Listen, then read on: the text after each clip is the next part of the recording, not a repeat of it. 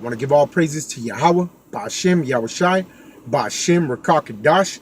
Double honors to our apostles and elders, great millstone, and salutations to all you brothers out there that's teaching this word and that's enduring afflictions. Yeah, man.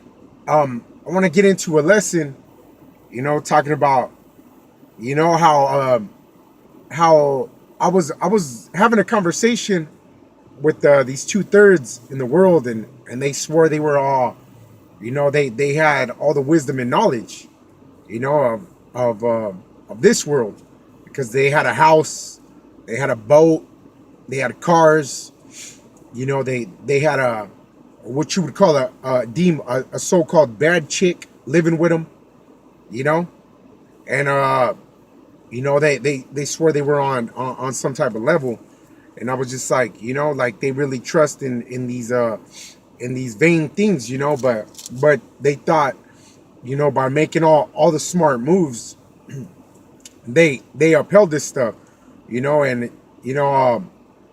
you have to understand that everything that's given to you is given to you by the Most High, and whatever He gives you, you got to be grateful for that. But sometimes, having all these materialistic things, they come at a price. For example, you might put too much on your plate. You might wind up with a lot of debt. I know we're subject on the payments, but all that debt accumulates. At the end of the day, it's a much better way just to be getting by, but to have some money in your pocket.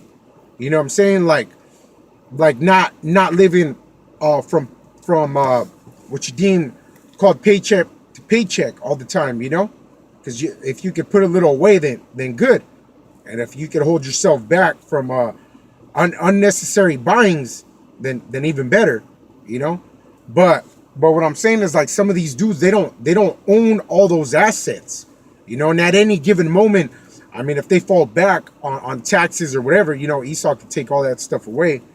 But they swear they were so knowledgeable to be able to get all these things, that they were wise, and this is I'm gonna get into this is 1 Corinthians 3:19. It says, "For the wisdom of this world is foolishness with Yahweh, for it is written, He that taketh the wise in their own craftiness, and again, the Lord knoweth the thoughts of the wise, that they are vain." Yeah, man. So all this stuff, all their thoughts are just in vain. I've tried not to laugh, but I mean, all this shit is for nothing, because at the end of the day, I mean, it's cool to have nice things. I'm not saying, not to have nice things. And what I'm getting at is that stuff ain't going, it's not gonna save you, and it's funny how, like, Jake really thinks, because they done got some type of materialistic things in this world, how they're on some kind of level. They have knowledge, wisdom, and understanding. They understand how things really work out here, how the economy works, how to move numbers and stuff like that. But I mean, one wrong move and all that stuff's gone, like I was saying. But I mean, like I said, you're not going to take any of that stuff with you. So, and then I'm going to jump into 1 Corinthians. This is 1:21. "For after that, in the wisdom of Yahweh, the world by wisdom knew not Yahweh. It pleased Yahweh by the foolishness of preaching to save them that believe." Because at the end of the day, all that stuff, money, cars, hoes, clothes, all that stuff ain't gonna save you, And it said, let me run this back. It says for this is 1 Corinthians 1:21. It says, "For after that, in the wisdom of Yahweh, the world by wisdom knew not Yahweh, but it pleased Yahweh by the foolishness of preaching to save them that believe." Yeah, man, through the foolishness of preaching, we believe, man. we believe, but that's considered foolishness to this world, most Jakes will tell you, man, stack your chips, I mean, ain't nothing wrong with, getting your paper.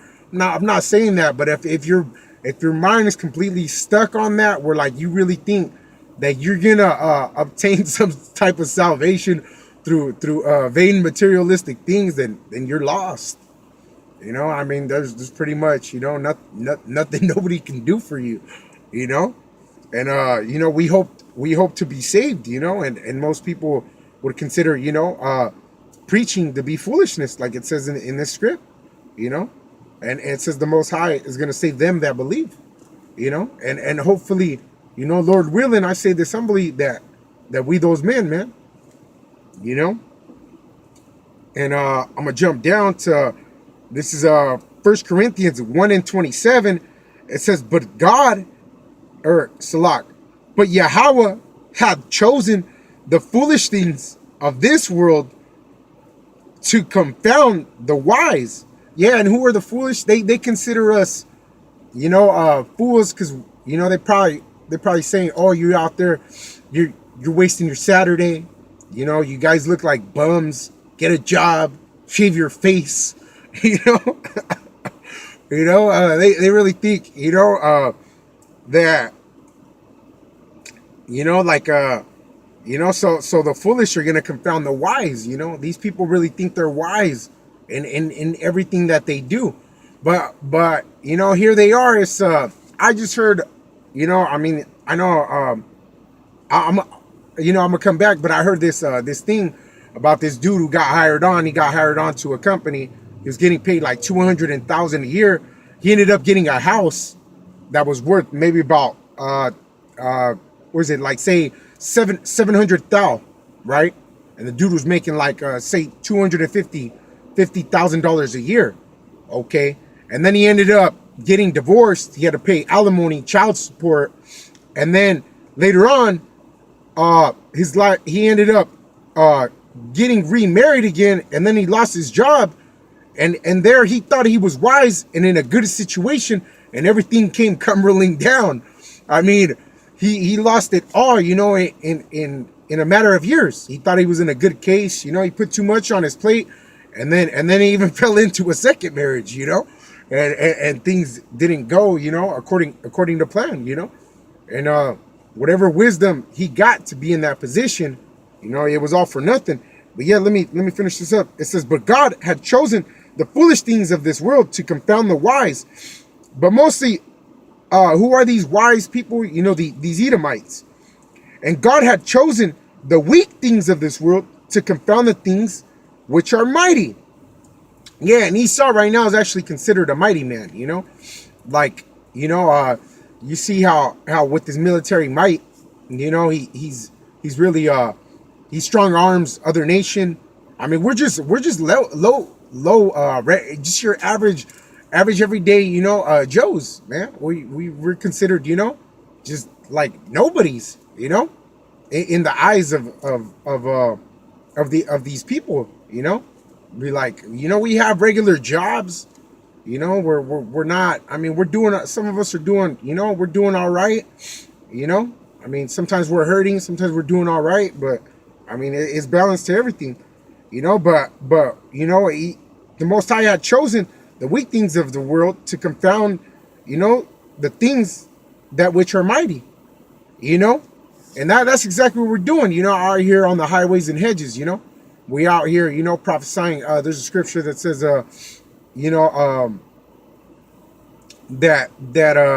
that we would be preaching, what I'm roughly paraphrasing.